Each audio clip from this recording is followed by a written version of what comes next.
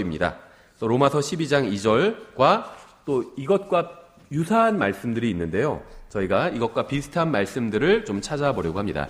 로마서 12장 2절. 오늘 저희가 살펴볼 이 주제는 저희 교회의 굉장히 중요한 주제라고 보시면 됩니다. 그래서 저희 교회에서 추구하는 그런 주제라고 보시면 돼요. 제가 그 신학원 시간에도 잠깐 말씀을 드렸는데, 우리 교회가 추구하는 게 과연 무엇일까? 이걸 다시 좀 생각을 해보게 되었습니다. 그래서 교회가 이제 한 3년 반 정도 되었잖아요. 그래서 곰곰이 좀 생각을 해봤는데, 두 가지로 정리를 할 수가 있을 것 같아요. 그러니까 하나는 예수님과의 이제 만남이고 구원받는 거죠. 그리고 다른 하나는 예수님과의 동행이라고 생각을 합니다. 그래서 예수님과 만남과 또 예수님과 날마다 삶 속에서 실제적인 동행. 이 두 가지가 없으면 그거는 종교예요. 그러니까 아무리 바른 성경을 쓰고 바른 교리를 믿고 좋은 교회에 나온다 할지라도 이 두 가지가 없으면 그것은 그냥 종교입니다. 그러니까 종교라는 것이 뭐 로마 카톨릭이나 불교나 이슬람이나 이런 건 종교죠. 근데 그런 것만 종교가 아니라 실제적으로 예수님과 만나서 교제를 나누고 매일 동행하지 않으면 그것은 다 종교입니다. 무슨 성경을 보느냐, 어떤 교리를 믿느냐, 이거는 부차적인 문제예요. 그러니까 아무리 좋은 성경을 믿고 올바른 교리를 믿는다 할지라도, 올바른 교리를 또 공부한다 할지라도 실제적으로 예수님과 개인적으로 만난 적이 없어요. 또 예수님과 매일의 삶에서 실제 동행하지 않아요. 그러면 그것은 다 큰 의미가 없다는 겁니다. 그렇죠? 그러니까 예수님과 만난다는 건 구원받았다는 거예요. 그러니까 예수님에 대해서 아는 것이 아니라 예수님과 실제적으로 만난 적이 있어야 돼요. 예수님을 나의 개인의 구원자로 받아들여서 예수님께서 내 안에 들어와 거하셔야 됩니다. 예수님을 내가 구원자로 받아들이면 성령님께서, 예수님의 영이신 성령님께서 내 안에 들어오시는 거죠. 이게 이제 예수님과의 만남이에요. 그래서 실제적으로 예수님과 만나지 않은 채 아무리 좋은 교회 다니고 봉사도 많이 하고 헌금도 많이 하고 성경 공부도 많이 한다 할지라도 예수님과 실제적인 만남이 없다면 소용이 없다는 겁니다. 죽어서 지옥에 가는데 무슨 소용이 있어요? 좋은 교회를 다니고 봉사를 많이 하고 성경을 많이 읽고 또 교리 공부를 많이 하고 그게 무슨 소용이 있겠어요? 죽어서 지옥에 간다면. 그래서 예수님과의 만남이 굉장히 중요하죠. 두 번째는 예수님과 동행하는 거예요. 그러니까 이건 구원의 문제가 아닙니다. 예수님을 믿고 구원받았어요. 나의 개인의 구원자로 받아들였습니다. 그럼 구원받은 거죠. 하나님 앞에서 내가 죄인인 것을 인정하고 회개하고 예수 그리스도께서 십자가 위에서 나의 죄값을 대속해 주셨다는 걸 믿었습니다. 그럼 구원받은 거예요. 근데 구원받고 나서 좋은 교회 다닙니다. 그리고 바른 성경을 믿어요. 킹잼 성경 믿고 읽고 그다음에 바른 교리를 배우고 또 봉사도 하고 교회에서 다른 사람들도 섬기고 하는데 매일의 삶에서 예수님과 동행하지 않아요. 예수님과 동행한다는 건 다른 말이 아니라 하나님의 말씀대로 산다는 거거든요. 하나님의 말씀대로 살지도 않고 예수님과 교제도 전혀 없어요. 동행하지 않아요. 그러니까 겉에 외형적인 종교적인 건 다 하는데 그것도 바른 것들을 다 하는데 그런데 예수님과 실제적인 매일의 삶에서 교제가 없다면 그것도 종교라는 겁니다. 그렇죠. 그래서 오늘 우리가 살펴볼 것은 이 두 번째에 관련한 것이라고 보시면 됩니다. 로마서 12장 2절 찾으셨으면 저희가 다 같이 한번 읽어보겠습니다. 로마서 12장 2절. 자, 시작. 너희는 이 세상에 동화되지 말고 오직 너희 생각을 새롭게 함으로 변화를 받아 하나님의 그 선하시고 받으실 만하며 완전하신 뜻이 무엇인지 입증하도록 하라. 아멘. 잠깐 기도하겠습니다. 하나님 아버지, 주님의 말씀으로 인해서 감사드립니다. 저희가 주님의 말씀을 통해서 온전히 주님 앞에 정말 받아들여지고 또 완전하고 또 선한 그런 모습으로 주님 앞에 서기 원합니다. 주님께서 주님의 말씀을 통해서 또 성령님의 내주하심과 또 일하시는 역사를 통해서 저희의 마음을 온전히 변화시켜 주시기 원합니다. 예수님의 이름으로 기도드렸습니다. 아멘. 오늘은 이제 마음을 새롭게 하는 문제에 관해서 살펴보려고 합니다. 저는 이것이 굉장히 중요한 주제라고 생각합니다. 오늘날 대부분의 사람들은 어떤 뭐 술이나 담배나 이 세상 사람들, TV나 인터넷, 또 세상 문화에 중독되어 있어요. 완전히 젖어 있다는 겁니다. 이러한 것들로 마음이 완전히 점유당해 있다는 겁니다. 사로잡혀 있어요. 심지어 구원받은 사람들도 오랫동안 이러한 것들에 길들여져 있어서 구원은 받았지만 아무런 변화 없이 예전에 생활하던 방식대로 살아가고 있습니다. 오랫동안 이런 이 세상의 것들에 물들어 있었기 때문에 예수님을 믿고 구원은 받았지만 이러한 것들에 그대로 길들여져 있다는 거예요. 그래서 우리에게 필요한 것은 마음을 새롭게 하는 것입니다. 이건 구원의 문제가 아니에요. 예수님을 믿으면 구원받죠. 굉장히 쉽습니다. 근데 그 이후에 마음의 변화를 받아야 될 것이 필요하다는 겁니다. 마음의 변화를 받아야 된다는 거예요. 마음을 새롭게 한다는 것은 단순히 죽어서 어디로 갈지에 대한 부분을 새롭게 하라는 것이 아닙니다. 이건 새롭게 했어요. 예수님을 믿고 구원받았으면 죽어서 하늘에 갑니다. 그렇죠. 구원받은 사람은 삶과 관련된 모든 것이 새롭게 변화되어야 돼요. 하나님께서는 우리를 지옥으로부터만 구원하신 것이 아니라 죄와 자기의 교만, 자만 이런 것들로부터 우리를 구원하셨고 우리가 이전에 생각하고 세상을 바라보던 방식으로부터도 우리를 구원해 주셨습니다. 구원받은 사람은 많은 것이 변하게 됩니다. 그러니까 단순히 죽어서 하늘나라에 간다는 목적지만 변한 것이 아니라 이 세상을 바라보고 다른 사람들을 바라보고 형제 자매들을 바라보는 시선이 바뀌게 된다는 거예요. 완전히 변한 세계관이 바뀌는 거예요. 그렇죠. 이전에 갖지 못했던 새로운 관점을 갖게 됩니다. 하나님께서는 자신의 말씀을 통해서 우리의 시각을 바꿔주실 거예요. 여러분의 인생의 목적도 바꿔주실 겁니다. 인생을 살아야 되는 이유도 바꿔주실 거예요. 만약 여러분이 구원받았음에도 불구하고 인생의 목적과 이유와 시각이 전혀 바뀌지 않았다면 무엇인가 대단히 잘못된 겁니다. 그러니까 구원받기 전의 삶과 구원받고 나서를 비교했을 때 세계관이 변하지 않았다면 이 세상을 바라보는 시각이 변하지 않았다면 구원은 받았을지 몰라도 대단히 잘못된 것입니다. 여러분이 구원받았고 또 구원받은 지 오래되었는데도 불구하고 하늘나라가 여러분의 삶에 큰 의미를 주지 않는다면 처음 구원받았을 때만큼의 감동이 사라졌다면 무엇인가 대단히 잘못된 길을 걸어온 거예요.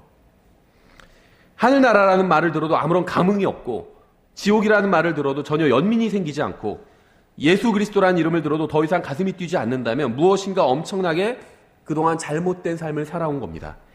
여러분이 날마다 사는 삶의 성경이 더 이상 아무런 의미를 갖지 못한다면 여러분의 인생 따로 또 하나님의 말씀 따로라면 여러분의 사업이 아무리 번창하고 좋은 대학에 가고 좋은 직장을 잡고 좋은 집에서 살아도 정말 잘못된 삶을 산 거예요.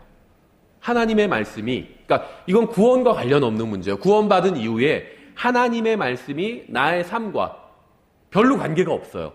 그렇다면 여러분이 이 세상에서 아무리 많은 업적을 쌓았다 할지라도 잘못된 인생을 산 것입니다.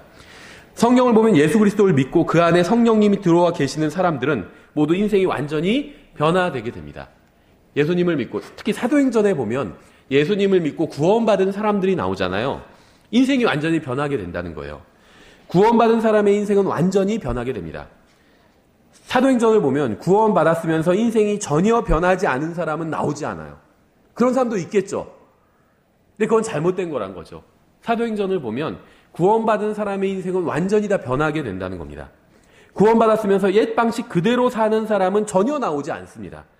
만약 여러분이 구원받고 나서도 옛 방식 그대로 산다면 성경이 잘못된 것이든지 아니면 여러분이 잘못된 것이든지 둘 중 하나라는 겁니다. 성경을 보면 구원받은 사람들은 모두 변화된 삶을 살았습니다. 사도행전에도 잘 나와 있죠. 생각이 변했고 또 이 세상을 보는 관점이 변했고 마음이 새롭게 되었고 그래서 결국 인생이 완전히 변하게 됩니다. 자신이 온전한 생각을 가지고 있다고 생각하지만 실은 완전히 망가진 생각을 가지고 있는 사람들이 있어요. 이건 구원의 문제와는 또 다른 문제입니다. 구원받지 않은 사람들 중에서도 이런 사람들이 있겠죠. 당연히. 구원받은 사람들 중에서도 이런 사람들이 있다는 거예요. 나는 오늘 바른 생각을 가지고 있다고 생각하지만 사실 하나님의 말씀에 비춰보면 완전히 비뚤어지고 망가진 생각을 가진 채 살아가는 사람들이 있다는 거예요. 마약이나 술이나 담배만 사람의 정신을 해치는 것이 아니라 인터넷이나 TV나 이 세상의 문화도 이 세상과 같은 방식으로 생각하는 것도 동일하게 인간의 마음을 망치고 있습니다. 하나님의 말씀이 아닌 이러한 것들로 마음을 채운다면 구원받았다 할지라도 그 사람의 마음은 완전히 망가져 버리게 돼요. 그러니까 구원을 받은 것이 전부가 아니라는 겁니다. 구원을 받고 마음을 새롭게 해야 된다는 거예요. 마음을 새롭게 하지 않으면 하나님의 말씀으로 나의 마음을 채우지 않는다면 사람의 마음은 완전히 망가져 버리게 된다는 겁니다. 이건 구원의 문제와는 별개의 문제예요. 우리의 마음은 스펀지와 같습니다. 여러분이 부어 넣는 것으로 채워지게 돼요. 여러분이 원하든 그렇지 않든 계속해서 쓰레기 같은 것을 들이부으면 마음은 쓰레기로 가득 차게 됩니다. 이 세상의 모든 것들은 우리의 관심을 주 예수 그리스도로부터 돌리고 멀어지게 하도록 고안되었고 디자인되었습니다. 이 세상의 신은 마귀이기 때문에 우리의 마음을 뺏어갈 수 있도록, 예수님으로부터 뺏어가도록 디자인되었다는 거예요. 이 세상에 있는 많은 것들이. 그래서 이 세상은 여러분이 영적으로 되지 못하게 하도록 고안되었다는 거예요. 그러니까 디자인을 한 데는 목적이 있잖아요. 근데 이 세상에 있는 것들의 어떤 숨은 목적은 우리가 영적으로 되지 못하게, 우리의 관심을 영적인 데서 물질적인 것, 육신적인 것으로 돌리도록 고안되었다는 거예요. 저는 지금 이 세상에 있는 모든 것들이 다 잘못된 것이라는 말을 하는 것은 아닙니다. 노아의 때를 한번 생각해 보세요. 노아의 때와 마지막 때가 같다고 예수님께서 말씀하셨잖아요. 사람들은 사고 팔고 건물을 짓고 식물을 심고 시집가고 장가갔습니다. 제가 방금 얘기한 것들, 사고 팔고 만들고 심고 장가가고 시집가고 이런 것들은 다 잘못된 것이 아닙니다. 그렇죠. 살아가면 다 해야 되는 것들이에요. 사고 팔고 짓고 심고 시집가고 장가가고 이런 걸 안 하고는 아무도 살 수 없습니다. 다 해야 되는 것들이에요. 근데 문제는 이러한 것들을 하느라 너무 바빠서, 그러니까 해야 되는 일을 하느라 너무 바빠서 하나님에 대해서는 관심을 갖지 않았다는 거예요. 영혼에 대해서, 죽음 이후에 대해서, 이 세상 다음에 펼쳐질 일들에 대해서는 전혀 관심을 갖지 않았다는 겁니다. 그래서 마땅히 하나님 앞에서 해야 할 일들을 하지 않았다는 것이 노아의 시대의 사람들의 문제였다는 거예요. 그래서 이 세상을 살아가기 위해 필요한 일상적인 생활을 한 것이 문제가 아니라 그러한 것들만 하고 살았다는 것이 문제였다는 겁니다. 그래서 이 세상을 살기 위해 필요한 일들을 하느라 정말 중요한 일을 하지 못했다는 것이 바로 문제였다는 거예요. 그럴 때가 있잖아요. 우리가 집에서 예를 들면 집안일을 하느라 정말 오늘까지 해야 되는 중요한 일이 있는데 그런 것을 놓치는 경우가 있죠. 오늘까지 무엇을 신고해야 된다든지 어디 등록해야 된다든지 그런 중요한 일이 있는데 집안에서 일상적인 일을 하느라 그걸 놓치는 경우가 있어요. 그렇죠. 그럴 때가 있어요. 마찬가지라는 거예요. 노아 시대의 사람들도 사고 팔고 시집가고 장가가고 해야 되는 일들이에요. 그러한 것들을 하느라 정말 중요한 일을 간과해버렸다는 겁니다. 여러분과 저는 하나님께서 어떻게 우리의 마음을 새롭게 변화시키시는지를 배워야 됩니다. 그러니까 하나님께서 나의 마음 속에서 일하시는 그 방법을 배워야 돼요. 하나님께서 우리의 인생 가운데서 일하시는 방법을 배워야 됩니다. 우리가 국어를 배우고 영어를 배우고 수학을 배우고 국사를 배우는 것처럼 하나님께서 어떻게 사람을 인도해 주시고 그 사람의 인생 가운데서 일하시는지를 반드시 배워야 된다는 겁니다. 저는 성경이 이러한 것을 가르치고 있다고 믿어요. 우리는 마음의 변화를 받아야 됩니다. 우리의 마음은 반드시 변화되어야 돼요. 이건 구원과는 또 다른 문제라는 거죠. 바울은 로마서 앞부분에서 구원에 관해서 이야기하고 있죠. 4장, 5장에서 구원에 관해서 집중적으로 이야기하고 있고 이제 12장에 와서 마음의 변화를 받으라는 말을 하고 있어요. 이건 구원의 이야기가 아니라는 겁니다. 그렇죠? 성경은 우리가 변화를 받아야 한다고 말씀하고 있죠. 그런데 우리가 어떻게 하면 변화를 받을 수 있을까요? 성경은 우리가 변화받는 방법까지 말씀하고 있어요. 생각을 새롭게 함으로 변화를 받을 수 있다고 말씀하고 있습니다. 그렇죠? 너희는 이 세상에 동화되지 말고 오직 너희의 생각을 새롭게 함으로 변화를 받아 하나님의 그 선하시고 받으실 만하며 완전하신 뜻이 무엇인지 입증하도록 하라. 이렇게 말씀하고 있죠. 우리가 본격적으로 이 주제에 대해서 살펴보기 전에 한 가지만 더 말씀을 드리겠습니다. 전 지금 어떤 율법주의나 규칙, 법규 이런 것에 대해서 말씀드리는 것이 아닙니다. 저는 외형적인 법규나 규칙을 지킴으로 사람이 변화된다고 믿지 않습니다. 저는 사람이 영적으로 되고 거룩하게 되고 죄에 대해서 승리하는 삶을 사는 방법은 예수 그리스도로 마음과 생각이 가득할 때 가능하다고 믿어요. 그러니까 우리가 영적으로 사는 그 길은 내 마음을 예수님으로 가득 채울 때 가능하다고 믿습니다. 만약 여러분의 생각과 마음이 예수 그리스도로 가득 차게 되면 죄가 들어와 자리를 잡을 수 없게 됩니다. 그러니까 무슨 말이냐면 예를 들면 한 여자를 진심으로 사랑하면 다른 사람을 사랑하지 않게 된다는 거예요. 다른 사람이 마음에 들어오지 않게 된다는 겁니다. 그렇죠. 여러분의 마음이 최상의 것, 가장 좋은 것, 주 예수 그리스도로 가득 차게 되면 다른 모든 것들은 다 하찮은 것으로 여겨지게 됩니다. 그렇죠. 저는 어떤 분도 좋은 차를 타는 분이었어요. 좋은 차를 사고 나니까 이제 차에 대한 욕심이 다 사라지더라 이러시더라고요. 다른 차가 부럽지 않게 되었다는 거예요. 가장 좋은 차를 타게 되니까. 마찬가지예요. 예수님으로 가장 좋은 분으로 마음이 채워지면요. 다른 그 이 세상에서 일어나는 모든 일들이 거기에 비하면 하찮은 것으로 여겨진다는 거예요. 해야 될 일을 안 한다는 게 아닙니다. 해야 될 일을 열심히 하긴 해요. 근데 거기에 크게 마음을 쓰지 않게 된다는 겁니다. 잘 안 돼도 크게 마음을 쓰지 않는다는 거예요. 또 잘 돼도 그것으로 해서 너무 크게 기뻐하지는 않는다는 겁니다. 이 세상의 일들에 초연해진다는 거예요. 예수님으로 마음이 차게 되면. 예수님으로 인해서 만족한 사람은 이 세상 그 무엇으로도 만족하지 못하고 따라서 이 세상의 것들을 추구하지 않게 됩니다. 가장 좋은 걸 먹어본 사람은 다른 것으로 만족하지 않게 된다는 거예요. 다른 것을 추구하지 않게 된다는 겁니다. 그러니까 예수님으로 한번 만족해 본 사람은 이건 구원의 문제가 아니에요. 구원받고 나서 예수님과의 교제의 문제입니다. 근데 예수님과의 교제에 만족을 해본 사람은 다른 것이 하찮다는 걸 알게 돼요. 해야 될 일은 하지만 그것이 하찮은 일이라는 것, 예수님과의 교제에 비하면 하찮은 일이라는 것을 알게 된다는 겁니다. 왜냐하면 이 세상 그 무엇도 만족을 줄 수 없다는 사실을 경험했기 때문에. 그래서 제가 여러 번 말씀드리지만 성경에 나오는 구절은 아닌데 저는 굉장히 성경의 말씀을 잘 요약한 말이라고 생각하는 말이 있거든요. 무엇이냐면 모든 사람의 마음엔, 이건 구원받았든지 구원받지 않았든지 상관없어요. 모든 사람의 마음엔 예수님 모양의 구멍이 있다. 이런 말이 있거든요. 누가 했는지는 모르겠지만 좋은 말이라고 생각해요, 정말. 그 구멍은 예수님이 아니면 채워지지 않아요. 이건 구원의 문제가 아니에요. 구원받지 않은 사람도 예수님을 만나야 그 구멍이 채워지고, 구원받은 사람도 예수님을 만났고 계속 예수님과 교제를 나눠야 그 구멍이 채워져서 유지가 된다는 겁니다. 예수님께서는 우리가 이 세상에서 잘 먹고 잘 살게 하기 위해서 오시지 않았습니다. 성경은 단 한 번도 그렇게 말씀하신 적이 없어요. 우리가 이 세상을 누리며 이 세상으로 만족하면서 살게 하기 위해서 오시지도 않았습니다. 우리가 이 세상을 추구하며 이 세상에서의 성공과 번영을 누리게 하기 위해서 오시지도 않았습니다. 예수님께서는 우리가 그분 안에서 참된 생명을 얻고 그것으로 만족하게 하기 위해서 이 세상에 오셨습니다. 만약 여러분이 진심으로 예수 그리스도를 개인적인 구원자로 받아들였다면 제가 지금 말하는 것은 여러분에게 실제로 일어난 일이에요. 여러분이 알건 모르건 이건 실제로 일어난 일입니다. 무슨 말이냐면 고린도전서 2장 16절에 이렇게 되어 있어요. 누가 주의 생각을 알아서 그를 가르치겠느냐. 그러나 우리가 그리스도의 생각을 가졌느니라. 이렇게 말씀하고 있죠. 잘 아시는 대로 고린도 교회는 훌륭한 교회가 아니었습니다. 신약 성경에 나온 교회 중에 가장 형편없는 교회였어요. 고린도 교회와 비교할 수 있는 교회는 아마 라오디게아 교회밖에 없을 겁니다. 그러니까 신약 성경에 나오는 교회 중에 우리가 본받지 말아야 될 교회, 가장 형편없는 두 교회를 꼽는다면 고린도 교회와 라오디게아 교회일 거예요.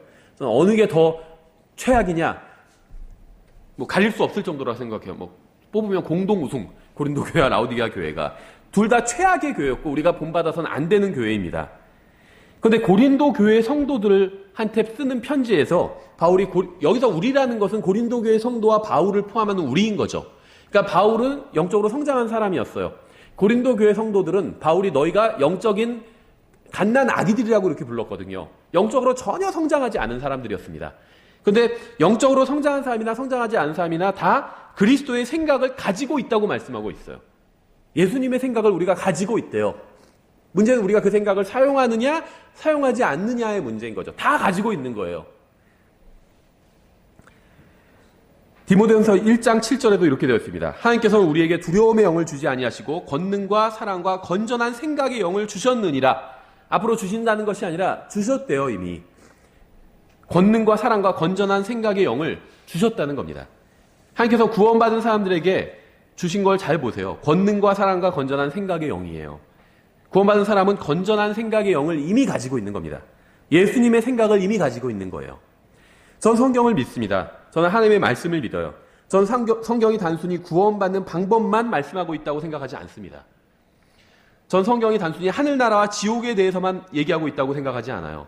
전 성경이 우리가 그리스도인으로서 이 세상을 살아가야 하는데 필요한 모든 것에 대해서 말씀하고 있다고 믿습니다. 어떻게 하면 태어날 수 있는가, 잘 태어날 수 있는가, 이것도 중요하죠.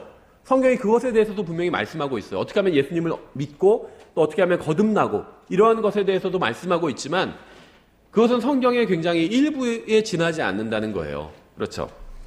아기를 낳는 것도 중요하죠. 저희도 처음에 이제 첫 애를 낳을 때 잘 모르니까 아기에 대해 어떻게 하면 낳고 어떻게 잘 아기를 낳고 또 잘 처음에 갓난아기를 키우고 이런 걸 하나도 모르니까 거기에 대한 책들을 두꺼운 책을 2권 사서 공부했거든요. 그런데 아기가 태어나고 나서 한 이제 돌 지나고 나니까 그 책이 필요가 없어지더라고요. 다시 안 보게 돼요. 필요가 없어요. 마찬가지라는 거예요. 구원 받은 사람은 이제 성장해 나가야 되는 거거든요. 전 성경이 여러분의 생각에 대해서 말씀하고 있다고 믿습니다. 왜냐하면 생각이 굉장히 중요하기 때문에. 전 여러분이 구원받았을 때 하나님의 거룩한 영께서 여러분 안에 들어오시는데 그 성령님께서는 그리스도의 마음을 가지고 오시며 만일 여러분이 그분을 따르기만 한다면 모든 진리로 여러분을 인도해 주실 것이라고 믿습니다. 여러분이 구원받았다면 여러분이 믿건 믿지 않건 인정하건 그렇지 않건 상관없이 여러분은 그리스도의 생각을 가지고 있어요. 예수님을 나의 개인의 구원자로 받아들인 사람은 알건 모르건 상관없이 그리스도의 생각을 이미 다 가지고 있습니다. 앞으로 가지게 될 것이 아니라 이미 가지고 있어요. 여러분이 구원받았다면 하나님께서는 여러분에게 이미 건전한 생각의 영을 주셨습니다. 여러분이 진실로 구원받았다면 하나님께서는 여러분에게 건전한 생각의 영을 주시고 바른 마음을 주시고 예수 그리스도의 마음, 그분의 예수님의 생각을 주셨다고 말씀하고 있어요. 그런데 이제 한 가지 문제가 있습니다. 여러분이 구원받았다면 여러분은 이중인격자가 된 거예요. 이게 문제인 거죠. 여러분의 일부는 아담의 성품을 그대로 가지고 있어요. 여러분이 소유하고 있는 이 아담의 성품은 여러분이 구원받았음에도 불구하고 하나님의 말씀을 싫어합니다. 의로움을 싫어해요. 죄를 사랑합니다. 불의를 사랑해요. 하나님에 대한 것들에는 전혀 관심이 없습니다. 여러분이 구원받았다 해도 여러분에게는 아직 이러한 성품이 남아있어요. 아담의 본성이 그대로 남아있다는 겁니다. 왜냐하면 우리가 이 육체를 입고 있는 한, 육신을 입고 있는 한 아담의 본성을 그대로 가지고 있다는 겁니다. 하나님의 말씀을 읽지 않고 듣지 않고 기도도 하지 않고 성령님께서 주관하시는 건전한 교제도 나누지 않는 것을 추구한다는 거예요. 그러니까 교회도 오지 않고 성경도 읽지 않고 기도도 하지 않고 하나님의 말씀도 읽지 않고 다른 그리스도인과 교제도 나누지 않고 그러면 아담의 본성이 튀어나오게 된다는 겁니다. 여러분 안에는 아직 옛사람에 속한 것이 남아있어요. 하지만 여러분이 예수 그리스도를 믿고 구원받았다면 여러분 안에는 새로운 마음도 새로운 본성도 있습니다. 왜냐하면 구원받았다는 것은 거듭났다는 것이고 거듭났다는 것은 하나님의 가족이 됐다는 것이고 하나님의 가족이 되었다는 것은 하나님을 아버지로 모시게 되었다는 것이고 하나님의 자녀가 되었다는 것은 하나님의 성품인 예수 그리스도의 마음을 가지게 되었다는 겁니다. 그러니까 하나님의 자녀가 되었다는 것이 그냥 법적으로만 그렇게 되었다는 것이 아니에요. 예수님을 믿으면 하나님의 자녀가 된다고 하잖아요. 하나님의 자녀가 된다는 것이 법적으로만 그렇게 된다는 것이 아니라 성품을 물려받게 된다는 겁니다. 성품을. 그게 자녀죠. 자녀는 부모의 외모도 물려받아요. 그렇죠. 성품도 물려받습니다. 성품도. 그래서 부부들끼리 가끔 그런 얘기 하잖아요. 자녀의 안 좋은 점이 보이면 이거는 당신 닮았어. 서로 그렇게 얘기하고 좋은 점은 자기 닮았다고 그러고. 그렇죠. 성품을 물려받아요. 안 좋은 점이건 좋은 점이건 성품을 물려받는데 놀라운 것은 우리가 구원받게 되고 하나님의 자녀가 되면 그냥 죽어서 하늘나라에 간다. 그것만을 의미하는 것이 아니라 당연히 그것도 의미하죠. 근데 그것만을 의미하는 것이 아니라 하나님의 성품도 물려받게 된다는 겁니다. 우리 안에 있다는 거예요. 그래서 구원받은 사람은 아담의 성품도 가지고 있고 육신을 입고 있으니까 그래서 육신을 벗어버리면 이제 아담의 성품에서 해방되는 겁니다. 근데 그 전에는 아담의 성품도 가지고 있고 또 구원받고 다시 태어났기 때문에 예수님의 성품도 가지게 되었다는 겁니다. 두 성품을 가지게 되었다는 거예요. 이게 이제 그리스도인의 문제를 초래하는 것입니다.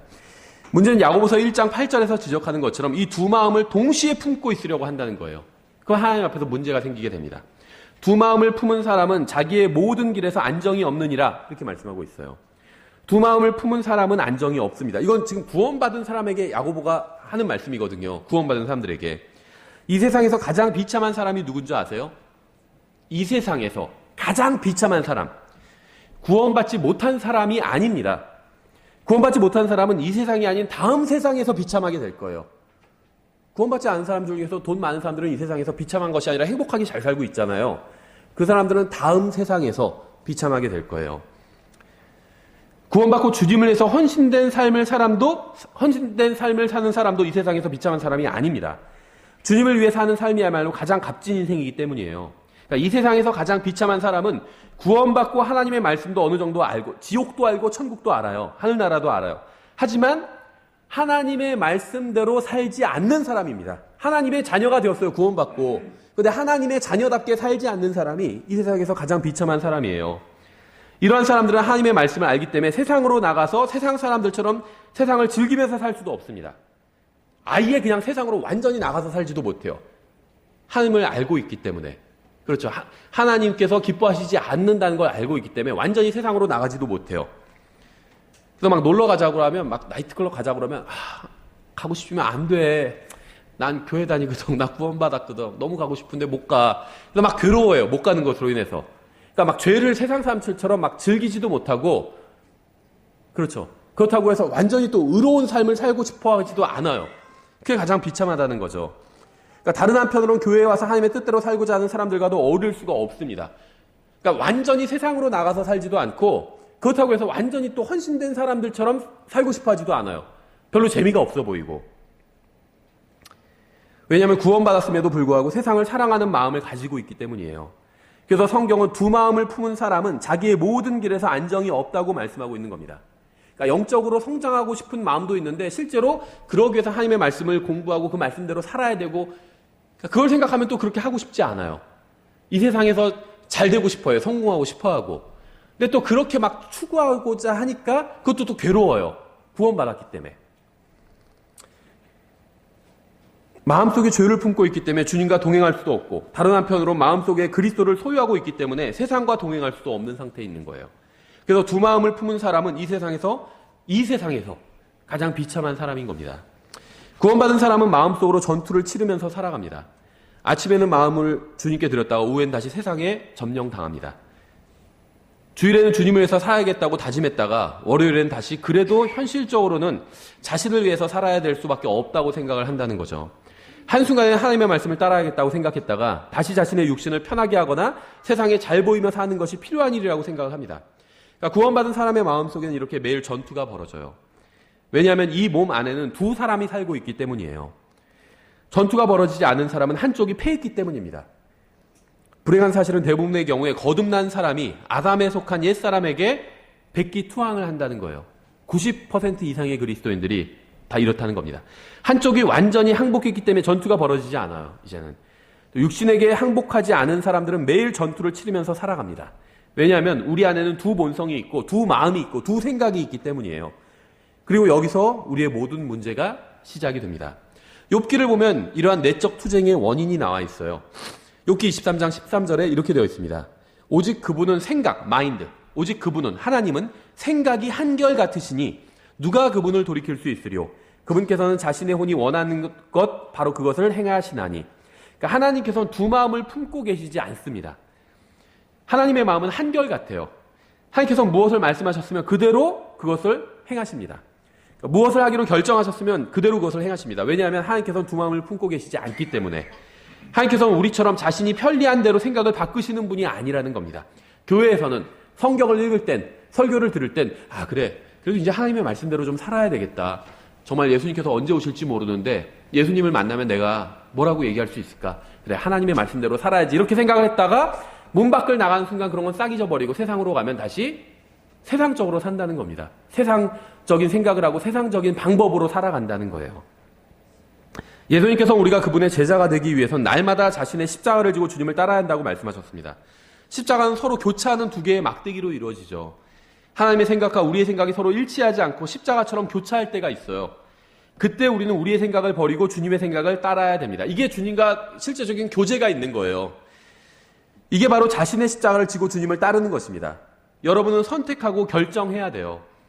하나님의 생각대로 할 것인지 내 생각대로 할 것인지 이 사이에서 결정을 해야 됩니다. 여러분이 어떤 죄를 짓건 상관없이, 여러분이 얼마나 심각한 죄에 빠졌건 상관없이 모든 죄는 여러분이 하나님의 생각을 버리고 여러분의 생각을 따라가는 데서부터 시작이 됩니다. 문제는 우리의 생각과 하나님의 생각이 다르다는 겁니다. 우리는 하나님의 말씀을 통해서 하나님께서 생각하시는 대로 생각하는 법을 배워야 됩니다. 그렇게 해야 우리는 마음과 생각을 새롭게 할 수 있어요.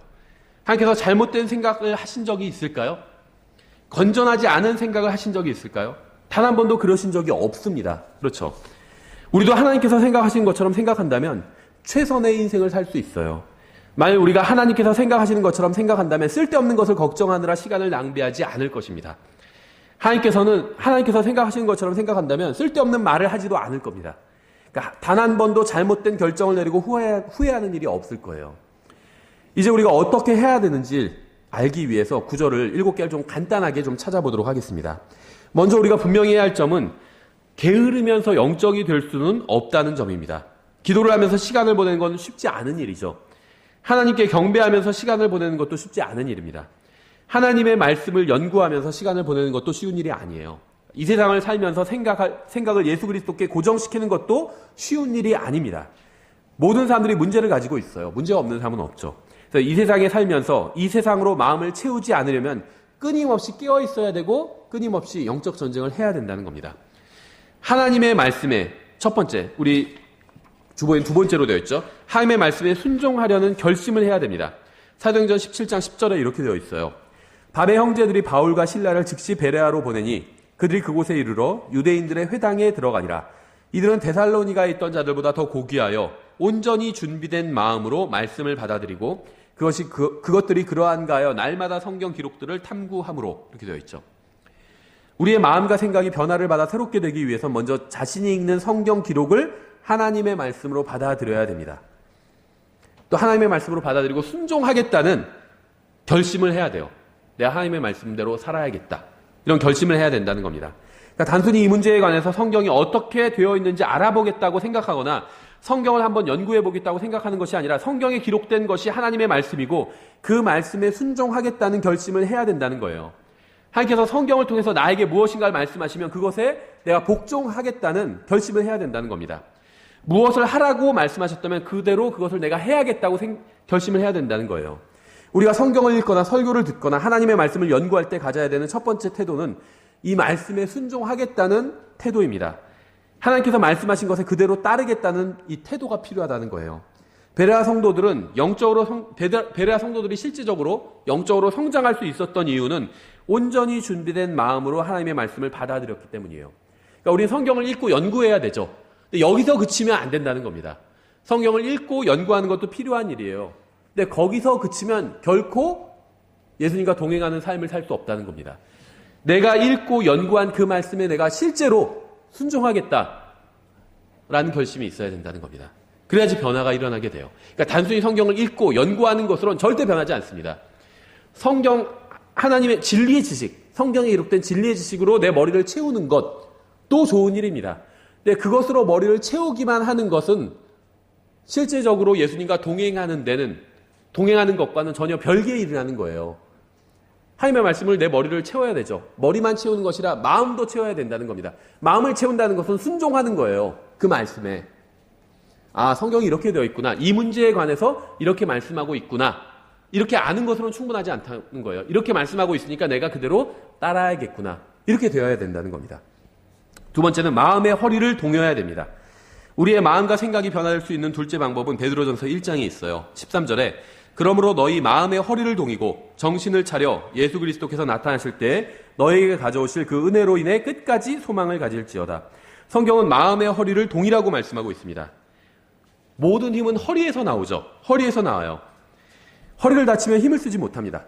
팔이나 다리의 힘이 아무리 강해도 허리를 다치면 제대로 힘을 쓸 수 없어요. 그렇죠? 그래서 뭐 가벼운 건 그냥 팔로도 들 수 있는데 진짜 무거운 걸 들 때는 팔로만 들 수가 없고 허리를 써야지 허리로 들 수 있습니다. 그렇죠? 성경 시대의 중동에서는 뜨거운 햇볕으로부터 피부를 보호하기 위해서 긴 옷을 입었습니다. 그리고 모래 바람으로부터 옷이 날아가지 않도록 허리를 동였어요.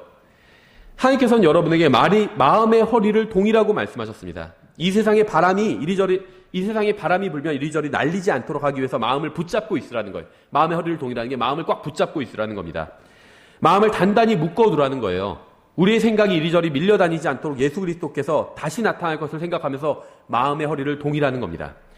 여러분은 마음과 생각을 동여매야 합니다. 마음과 생각이 가는 대로 아무데나 가는 대로 그대로 두지 말라는 거예요. 마음과 생각을 예수님께로 고정시키라는 겁니다. 마음과 생각을 고정시키지 않으면 어떻게 되는지 아세요? 여러분의 마음과 생각이 아무데나 가도록 하면 갈보리 십자가로 가는 것이 아니라 이 세상의 온갖 곳을 방황하면서 죄 가운데 빠지게 됩니다. 그러니까 하나님께서는 여러분의 마음의 허리를 동이라고 말씀하셨어요. 마음과 생각이 아무데나 가는 대로 그대로 두지 말라는 겁니다. 마음과 생각이 쓸데없는 곳에 함부로 가지 못하도록 지키라는 겁니다. 이건 쉬운 일이 아니에요.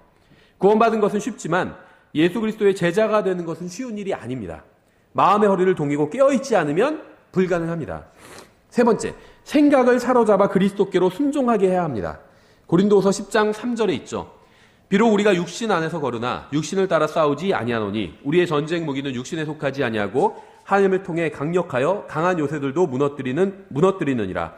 우리는 상상하는 것과 또 하나님을 아는 것을 대적하여 스스로를 높이는 모든 높은 것을 무너뜨리고 모든 생각을 사로잡아 그리스도께 순종하게 하며 너의 순종이 이루어질 때에 모든 불순종을 응징하려고 준비되어 있노라. 하나님께서 이 문제를 얼마나 중요하게 여기시는지 보이시죠?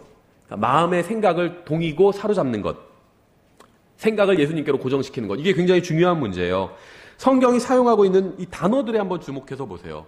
하나님께서 우리가 싸우기를 원하십니다.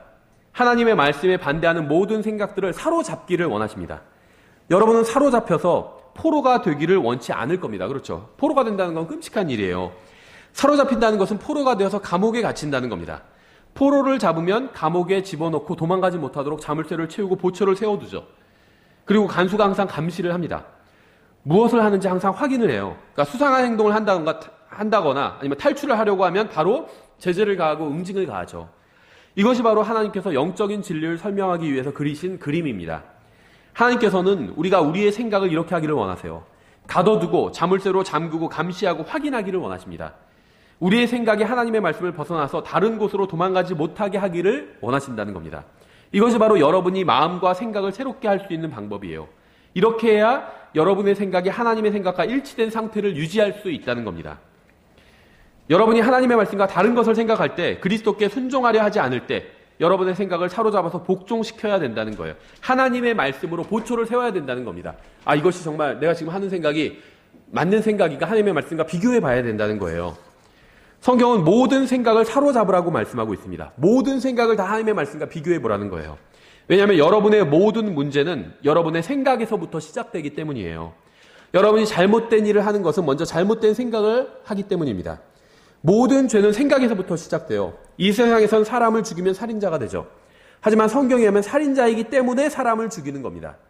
모든 것은 마음과 생각에서부터 시작돼요. 거짓말을 해서 거짓말쟁이가 되는 것이 아니라 거짓말쟁이이기 때문에 거짓말을 하는 겁니다. 먼저 마음으로 거짓말을 해야지 생각하기 때문에 거짓말을 하게 된다는 거예요. 하나님께서 문제의 근원을 해결하자고 하십니다. 인간의 마음에 있는 생각과 의도를 모두 사로잡아서 예수 그리스도께 복종시켜야 됩니다. 이것이 문제의 본질이에요. 마음과 생각이 변하지 않은 채 행동만 변하는 것은 아무런 의미가 없습니다. 속을 깨끗이 청소하지 않은 채 겉만 닦는 것은 아무런 의미가 없어요. 그래서 마음과 생각의 문제가 먼저 해결돼야만 한다는 겁니다. 만약 여러분의 마음과 생각이 그리스도께 복종한다면 여러분의 행동은 어떻게 될까요? 마음이 예수님으로 가득 채워진다면 행동은 어떻게 될까요? 여러분의 마음이 복종한 그 대상에게 여러분의 행동도 복종하게 된다는 겁니다. 여러분이 행위로 죄를 짓는 이유는 여러분의 마음과 생각이 죄에게 이미 복종했기 때문이에요. 잘못된 것을 행하는 이유는 잘못된 생각을 하기 때문입니다. 마음은 순수한데 죄를 짓는 사람은 없습니다. 마음이 이미 죄로 물들었기 때문에 죄가 나오는 거예요. 그러니까 문제의 근원은 마음과 생각에 있습니다. 하나님께서는 이 문제의 근원을 해결하자고 하시는 거예요. 네 번째, 우리는 합당한 것들을 생각해야 됩니다. 빌립보서 4장 7절에 있죠. 그리하면 모든 이해를 뛰어넘는 하나님의 평강이 그리스도 예수님을 통해 너희 마음과 생각을 지키시리라. 이렇게 되어 있죠. 여러분은 항상 하나님의 평강을 누리고 계신가요? 성경은 이 세상에서 무슨 일이 일어나든 상관없이 여러분이 하나님의 평강을 누릴 수 있다고 말씀하고 있어요. 예수님께서 성령님을 통해서 내 안에 들어와 계시잖아요. 예수님께서 내 안에 들어오시면 예수님의 의, 예수님의 평강, 예수님의 구원, 예수님의 생명도 다 내 안에 이미 들어와 있는 거예요. 그래서 우리가 원한다면 예수님의 평강을 누릴 수 있다는 겁니다. 그렇죠? 어떻게 하면 누릴 수 있을까요? 예수님의 평강을.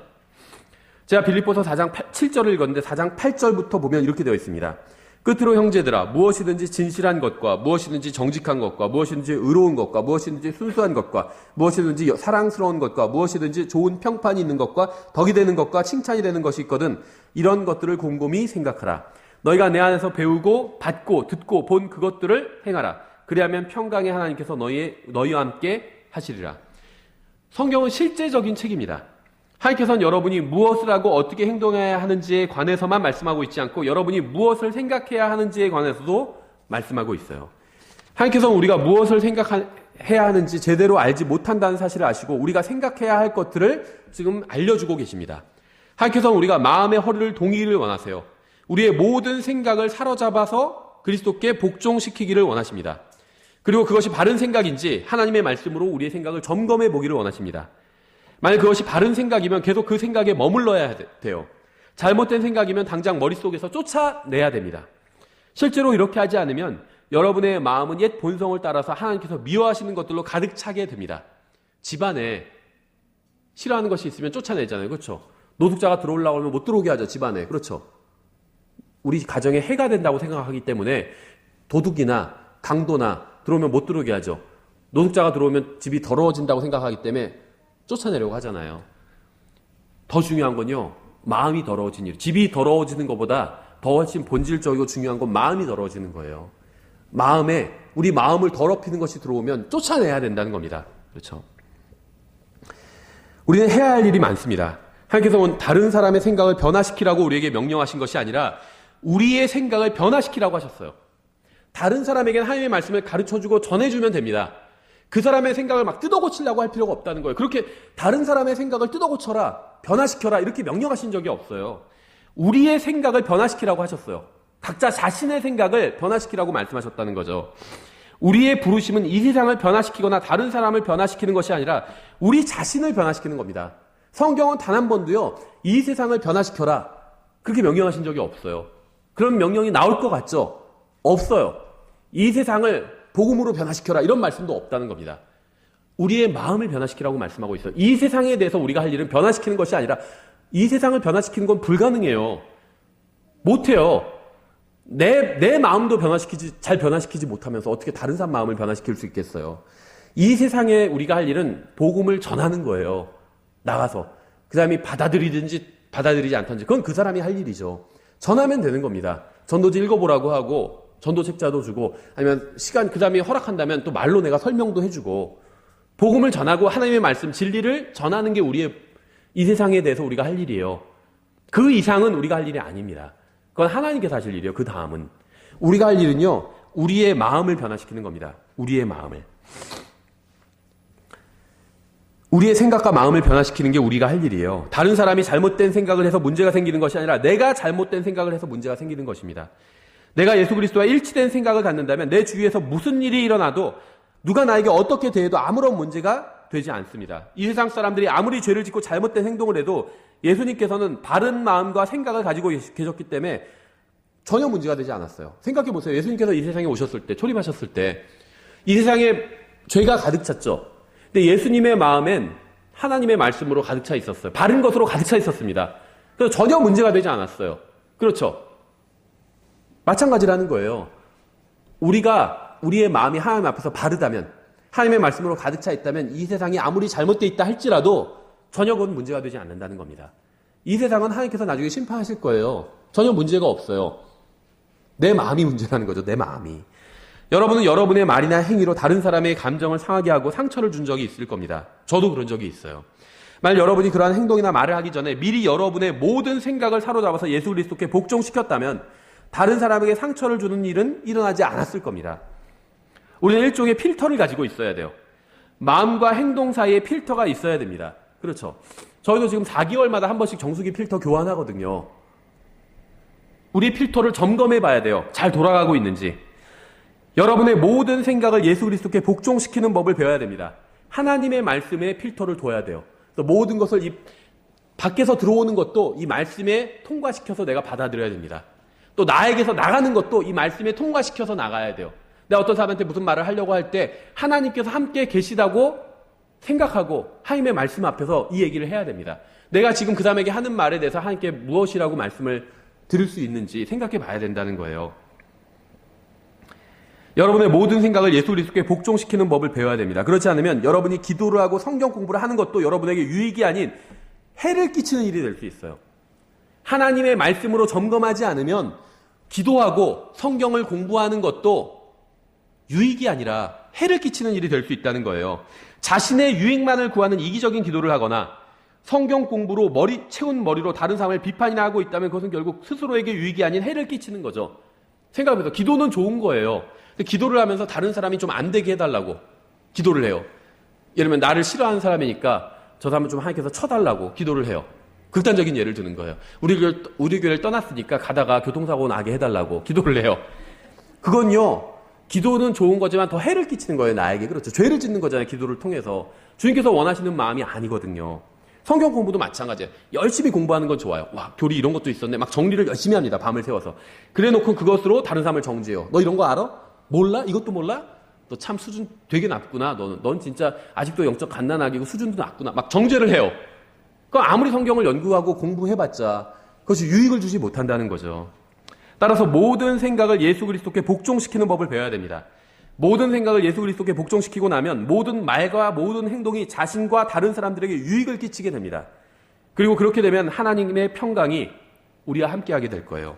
다섯 번째, 생각을 주님께 고정해야 됩니다. 주님께서는 생각을 이사야서 26장 3절에 이렇게 되어 있죠. 주께서는 생각을 주께 고정시킨 자를 완전한 평강으로 지키시리니 이는 그가 주를 신뢰하기 때문입니다. 그러니까 경제나 정치나 교육이나 뉴스나 이 세상을 생각하면 화를 내고 흥분하게 되죠. 이 세상에 있는 그 누구도 그 무엇도 인간의 마음에 참된 평안을 주지 못하기 때문입니다. 우리가 이 세상에 있는 것들이 아닌 예수 그리스도께 마음을 고정한다면 그 누구도 우리의 평강을 빼앗지 못할 거예요. 북한에서 뭐 핵실험을 하건 대통령이 뭐 누가 되건 이 세상이 어떻게 되건 어떻게 돌아가건 거기에 마음을 빼앗기지 않는다는 거예요. 왜냐하면요, 우리는 모든 일의 결말을 알고 있잖아요. 가슴 졸이며 볼 필요가 없어요. 와, 북한이 저 핵 터트리면 어떡하지? 아니면 대통령이 내가 싫어하는 사람이 대통령 되면 어떡하지? 마음을 졸일 필요가 없어요. 결말을 알고 있어요. 예수님께서 나중에 오셔서요, 모든 잘못된 것들을 다 바로잡아 주실 겁니다. 그렇죠. 마치 재방송 보면서 축구 결승전 재방송 보면서 마음 졸이는 거나 같아요. 3대 0으로 이길 건 알지만 그래도 막 흥미진진하다, 마음이 쿵닥쿵닥하다 이런 사람은 없습니다. 그렇죠. 이미 결과를 알고 있어요. 예수님께서 나중에 재림하셔서 모든 잘못된 것들을 바로잡아 주실 겁니다. 마음 졸이면서 이 세상에서 일어나는 일들을 뉴스를 볼 필요 없어요. 우리 뉴스를 즐기면서 볼 수 있어요. 북한 핵실험에도 즐기면서 볼 수 있습니다. 왠지 아세요? 모든 것을 다 하나님께서 주관하신다는 사실을 알고 있기 때문이에요. 이 세상은 핵전쟁으로 망하지 않아요. 하나님의 심판으로 멸망하게 될 겁니다. 하나님의 심판으로. 그렇죠. 여섯 번째, 마음이 흔들려서는 안 됩니다. 데살로니가후서 2장 1절부터 2절에 있죠. 형제들아, 우리 주 예수 그리스도의 오심과 우리가 그분께로 함께 모이는 것으로 말미암아 이제 우리가 너희에게 간청하노니 너희는 영으로나 말로나 혹은 우리에게서 왔다는 편지로나 그리스도의 날이 가까이 이뤘다 해서 쉽게 마음이 흔들리거나 불안해하지 말라. 이렇게 말씀하고 있죠. 올해 예수님께서 오실 것 같다. 막 또 이렇게 찍던 분들이 있어요. 올해가 지금 다 지났죠. 내년이라고 연락이 왔어요. 사실은 내년 2018년 몇 월이다. 그런 것으로 마음이 흔들리지 말라는 겁니다. 여러분은 마음을 예수 그리스도께 고정해야 합니다. 여러분의 모든 생각을 사로잡아서 예수 그리스도께 복종시켜야 됩니다. 성경은 여러분이 마음을 그리스도께 고정해야 흔들리지 않는다고 말씀하고 있어요. 만일 구원받은 사람이 자기 자신에 대한 걱정과 근심과 염려로 가득 차 있다면 그는 마음을 예수 그리스도께로 고정한 것이 아닙니다. 근심이 있고 걱정이 있잖아요. 염려가 되고 그건 마음이 예수님께로 고정된 게 아니에요. 구원받은 사람은 누구나 권능과 사랑과 건전한 생각의 영을 이미 가지고 있습니다. 구원받은 사람은 예수 그리스도의 마음을 가지고 있어요. 우리가 믿음을 통해 이 마음으로 살아간다면 우리는 아무것도 염려하지 않고 모든 일에서 기도와 간구로 우리가 요청할 것들을 감사하더으로 하나님께 아뢰고 하나님께서 주시는 평안 가운데 거하게 될 것입니다. 이 세상에 사는 사람들은 모두 문제를 가지고 있어요. 우리도 예외는 아니죠. 구원받은 모든 사람들도 문제를 가지고 있습니다. 신실한 그리스도인들도 문제를 가지고 있어요. 문제가 없는 사람은 아무도 없습니다. 우리가 이 세상을 사는 동안 하나님께서는 우리의 문제를 제거해 주지 않으실 겁니다. 때로 우리의 문제를 해결해 주실 것이지만 우리의 모든 문제를 제거해 주지는 않으실 거예요. 우리는 영광스러운 몸으로 변화되어 그리스도의 심판석에 이르기까지 문제를 가지고 살아갈 것입니다. 한 문제가 해결되잖아요. 또 다른 문제가 올 거예요. 문제가 결코 해결되지 않을 거예요. 구원받은 사람도 신실하게 사는 사람들도 이 세상에서의 문제에서는 벗어나지 못하게 될 거라는 겁니다. 하지만 우리는 이 문제로부터 빠져나올 방법은 없어요. 그걸 기대하시면 안 돼요. 내가 신앙생활 열심히 하면 나의 모든 문제가 해결되겠지. 이 세상에서의 문제가 해결되겠지. 절대 아니에요. 문제가 많이 생길 겁니다. 더. 문제로부터 빠져나올 수가 없어요. 우리는. 그런데 우리는 문제 가운데서도 평안을 누리면서 살 수는 있다는 겁니다. 그러니까 이 문제는 사람은 성경에서 고생하려고 태어났다고 말씀하고 있잖아요. 구원받은 사람도 마찬가지예요. 우리가 이 인생 여정을 끝내기 전까지는 계속해서 문제와 고생과 고난이 우리 인생에 있을 겁니다. 그런데 우리가 평안할 마음을 가지고 이 인생을 살아갈 수도 있고 평안하지 않은 마음을 가지고 걱정과 근심과 염려 가운데 살 수도 있다는 거예요. 우리가 가진 문제는 결코 우리를 파멸시키지 못할 겁니다. 우리가 왜 평안을 가지고 평안한 마음으로 이 세상을 살 수 있는지 아세요? 많은 문제가 우리의 인생에 있는데도 불구하고 우리가 평안한 마음을 가지고 살 수 있는 이유는 그러한 문제들이 우리를 궁극적으로 파멸시키지 못하기 때문이에요. 하나님께서 우리에게 문제를 허락하신 이유는 우리를 파멸시키기 위해서가 아닙니다. 언젠가 이 세상의 모든 것들이 사라지고 나면 우리가 문제라고 생각했던 것들이 사실은 그리 중요한 것이 아니었음을 깨닫게 될 거예요.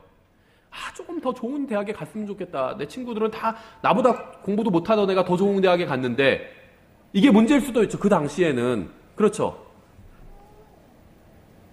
이 세상에 있는 모든 것들이 사라지고 나면 그게 그렇게 중요한 문제는 아니었구나. 그걸 깨닫게 된다는 겁니다. 그때는 우리가 문제라고 생각했던 것들이 아니라 바로 우리의 마음과 생각이 가장 큰 문제였다는 것을 깨닫게 될 것입니다. 7번째, 맑은 정신으로 생각해야 돼요. 우리는 하나님께서 명령하신 것에 복종해야 됩니다. 하나님께서 살인하지 말라고 하셨으면 우리는 살인해서는 안 되죠. 그렇죠. 왜냐하면 하나님께서 하지 말라고 명령하셨기 때문에. 살인하지 말라고 명령하신 동일한 하나님께서 마음이 흔들리거나 불안해하지 말라고 말씀하셨습니다. 디도서 2장 6절에 젊은 남자들도 이와 같이 권면하여 맑은 정신으로 생각하되. 마인드예요, 계속. 생각이라는 것도 마인드죠. 여기서 정신도 마인드예요. 다 같은 말. 그래서 어떤 분은 이렇게 생각도 마인드고 정신도 마인드고 또 다른 단어도 마인드가 다른 단어로 번역되는 예들이 꽤 있거든요. 그래서 아예 그냥 마인드라고 번역하자 이런 분도 봤어요. 목회자 모임에서 교제하다가 마인드란 말 많이 쓰니까 마인드 컨트롤 이런 말도 많이 쓰고. 맑은 정신은 건전한 생각입니다. 구원받은 사람은 누구나 건전한 생각형을 가지고 있고 따라서 맑은 정신으로 생각할 수 있습니다. 신앙생활을 오래 해야만 맑은 정신을 가질 수 있는 것이 아닙니다. 구원받은 지 오래되지 않은 젊은 사람들도 맑은 정신으로 생각할 수가 있어요. 왜냐하면 구원받을 때 이미 성령님을 통해서 예수 그리스도의 마음을 받았기 때문에.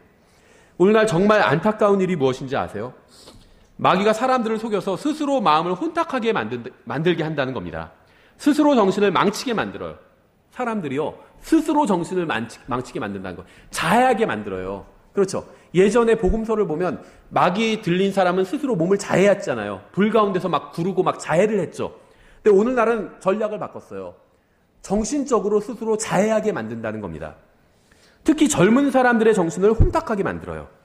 이 세상에서 출세하고 성공하는 일이 그런 일에 마음을 사로잡아 버리게 만듭니다. 성경에서는요, 한 번만 나오는 단어들이 여러 개가 있는데, 성공이란 단어가 여호수아서에 한 번 나와요. 성공이란 단어. 근데 여호수아서에 의하면 이 세상에서 큰 업적을 이루는 게 성공이 아니라 하나님의 말씀을 붙드는 게 성공이에요. 또 성경에서 챔피언이란 단어도 단 한 번 나와요. 사무엘기 상에서 골리앗을 묘사할 때 그가 챔피언이었더라 이렇게 표현하고 있거든요. 챔피언이 1등이란 말이잖아. 올림픽 챔피언 하면 올림픽 금메달 1등이란 말이죠. 근데 그것이 골리앗에게 쓰였어요. 다윗에겐 챔피언이란 말이 안 쓰였어요. 그러니까 1등 하려고 막 노력할 필요 없어요. 너무 모든 걸 다 희생해가면서 하다 보니까 1등한 건 상관없어요. 1등하기 위해서 모든 것을 다 포기하는 건 성경에 의하면 어리석은 일이라는 거죠. 별로 의미가 없어요. 이 세상에서의 1등이 하다 보니까 1등한 건 상관없습니다. 그렇죠. 하다 보니까 부자가 된 건 상관없어요. 열심히 일했더니 부자가 되었다. 이건 상관없죠. 부자가 되기 위해서 모든 걸 다 포기하고 그런 사람들 있죠. 그건 잘못됐다는 겁니다. 그렇죠. 그러니까 마귀가 사람들의 마음을 속이는데 특히 젊은 사람의 마음을 속여요. 이 세상에서 출세하고 성공하는 일로 마음을 사로잡아 버립니다. 이 세상의 즐거움과 쾌락으로 정신을 혼미하게 만들어요. 그래서 하나님을 위해서 살지 못하게 합니다. 저는 젊은 사람들, 특히 젊은 남자들, 젊은 형제들이 맑은 정신을 가지고 생각했으면 합니다. 디도서 2장 6절 그대로 젊은 남자들도 맑은 정신으로 생각하라고 말씀하고 있잖아요. 하나님의 말씀처럼 저는 특히 젊은 형제들이 맑은 정신을 가졌으면 좋겠어요. 물론 남녀노소 불문하고 모든 형제 자매들이 맑은 정신을 가져야 되지만 특히 성경이 말씀하시는 것처럼 젊은 형제들이 맑은 정신을 가져야 된다고 생각을 합니다. 왜냐하면 젊은 형제들이 주님을 위해서 일하게 되었으면 하기 때문이에요. 나이 든 형제님과 자매님과 젊은 자매님 모두 주님을 위해서 일해야 되지만 특히 젊은 형제들이 주님을 위해서 일을 했으면 좋겠어요. 정신을 차리고 깨어서 이 세상이 아닌 주님을 바라보고 영혼을 바라봤으면 좋겠습니다. 그래서 이 세상에서의 성공이나 자아성취나 입신양명이나 아니면 부귀 권세가 인생의 목표가 아닌 영원히 하나님의 영광이 인생의 목표가 되었으면 좋겠어요. 우리 주 예수 그리스도가 그분을 섬기는 것이 인생의 목표가 되었으면 좋겠습니다. 그것이 가장 고귀하고 가치 있는 일이라는 사실을 알게 되었으면 좋겠어요. 나이 드신 분이 인생을 주님께 드리는 것도 귀한 일이죠. 하지만 젊은 사람이 인생을 주님께 내어드리는 것은 전 더 귀한 일이라고 생각해요. 그렇죠. 앞으로 살아갈 날이 많은 젊은 형제가 자신을 온전히 주님께 내어드리고 앞으로 펼쳐질 인생을 통째로 주님께 드린다면, 그리스도의 몸을 세우고 성도들을 돕는 일을 한다면 그거보다 더 가치 있는 일은 전 없다고 생각을 합니다. 전 여러분이 자녀를 그렇게 가르쳐야 한다고 생각해요. 이 세상에서 성공하는 것이 아니라 정말 영원히 가치 있는 일을 위해서 살도록 그렇게 가르쳐야 된다고 믿습니다.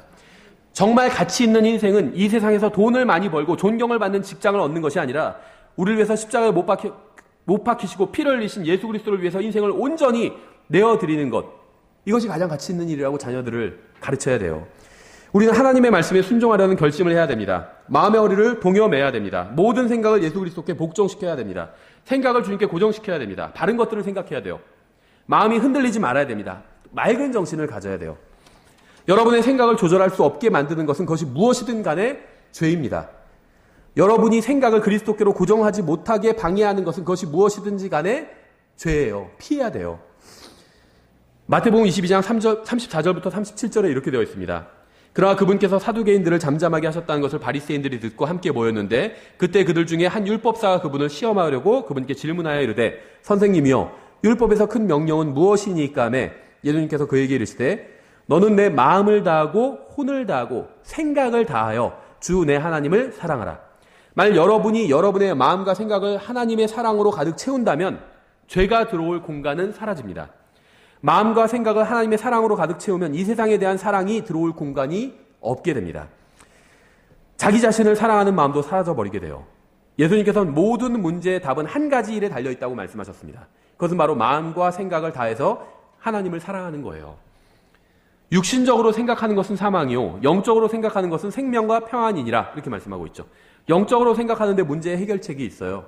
영적으로 생각한다는 것은 성령님을 따라서 생각한다는 겁니다. 하나님의 말씀을 따라서 생각한다는 거예요. 잠언 23장 7절에 굉장히 중요한 말씀이 있어요. 제가 계속해서 생각을 강조했죠. 이 생각을 하나님의 말씀으로 채워야 된다. 마음을 하나님의 말씀으로 채워야 된다. 계속해서 강조했죠. 근데 잠언 23장 7절에 굉장히 중요한 말씀이 있습니다. 이렇게 되어 있어요. 그가 자기 마음속으로 생각하듯이 실제도 그러한즉, 이렇게 말씀하고 있어요. 사람이 생각하는 것이 그 사람의 정체성이라는 겁니다. 그 사람 자신이라는 거예요. 그 사람이 가진 재산이나 외모나 이런 것이 그 사람이 아니라 그런 건 다 없어져 버리거든요. 그 사람의 생각이 그 사람이라는 겁니다. 그 생각이 중요한 거예요. 하나님의 말씀으로 생각을 채워야 되는 이유예요. 아무리 내가 집에 재산을 많이 채운다 할지라도 그것이 저는 아니라는 겁니다. 제가 죽을 때 그걸 다 놓고 가기 때문에. 근데 내 마음을 하나님의 말씀으로 채우는 것은 놓고 가지 않아요. 이건 영원히 함께 갑니다. 성경은 여러분이 생각하는 게 바로 여러분이라고 말씀하고 있어요. 왜 바르게 생각하는 것이 중요한지 아세요? 여러분의 말과 행동이 거기서 나오기 때문입니다. 여러분이 행하고 말하는 것은 모두 여러분이 생각하는 것에 달려 있어요. 여러분은 하나님이 옳다고 생각하시나요? 여러분의 마음과 생각을 하나님의 말씀으로 가득 채우기를 원하시나요? 여러분이 하나님의 말씀을 진실하게 믿고 여러분의 마음을 진실하고 의롭고 바르고 거룩하고 사랑스럽고 덕이 되는 것들로 가득 채우면 어떤 일이 일어나는지 아세요? 그러면 여러분은 예수 그리스도의 마음을 소유만 한 것이 아니라 실제로 예수님의 마음을 경험하면서 살게 된다는 겁니다. 하나님의 말씀으로 내 마음을 가득 채우면 예수님의 마음을 소유만 하는 것이 아니라 경험하면서 살게 된다. 우리는요, 구원받은 사람은요, 다 예수님의 마음을 소유하고 있어요. 근데 내 마음을 하나님의 말씀으로 가득 채우고 하나님의 말씀대로 내가 살면 예수님의 마음을 경험하면서 살게 된다는 거예요. 저는 하나님께서 우리가 단순하게 구원받고 예수 그리스도의 생각만을 소유한 채 사는 것이 아니라 예수 그리스도의 마음을 경험하면서 살기를 원하신다고 믿습니다. 우리가 원하기만 하면 언제나 예수 그리스도의 마음으로 살 수 있어요. 놀랍지 않나요? 우린 예수님의 마음으로 살지 않잖아요. 근데 원하면요, 구원받은 사람은 예수님의 마음으로 살 수 있다는 거예요. 하지만 우리가 자신을 주님께 내어드리지 않는다면, 하나님의 말씀대로 살지 않는다면 그러한 일은 절대 일어나지 않을 겁니다. 예수님의 마음을 가지고 있지만 한 번도 써보지 못한 채 하늘나라에 가게 된다는 거예요. 얼마나 안타까워요. 좀 사용해보고 가면 얼마나 좋아요. 그렇죠? 예수 그리스도의 마음을 소유했지만 죄악된 아담의 본성만을 느끼며 살게 될 것입니다. 여러분이 오늘 우리가 살펴본 말씀을 진지하게 받아들였으면 합니다. 하나님께서 여러분 안에서 역사하셔서 여러분이 이 세상에서 예수 그리스도의 마음을 가지고 하나님의 평안을 누리면서 살 수 있게 되기를 바랍니다. 기도하겠습니다. 하나님 아버지, 저를 구원해 주셔서 감사드립니다. 또 저희에게 예수 그리스도의 마음을 주셔서 감사드립니다. 주님 원하옵건대 저희가 이 마음을 경험하면서 살 수 있도록 도와주시기 원합니다. 저희가 예수님의 마음으로, 예수님의 생각으로 살 수 있도록 도와주시기 원합니다. 저희의 말과 또 행동과 온 마음을 예수님께서 주관해 주시고 통제해 주시기 원합니다. 감사드리며 예수님의 이름으로 기도드렸습니다. 아멘. 예, 다 같이 일어나셔서 찬송가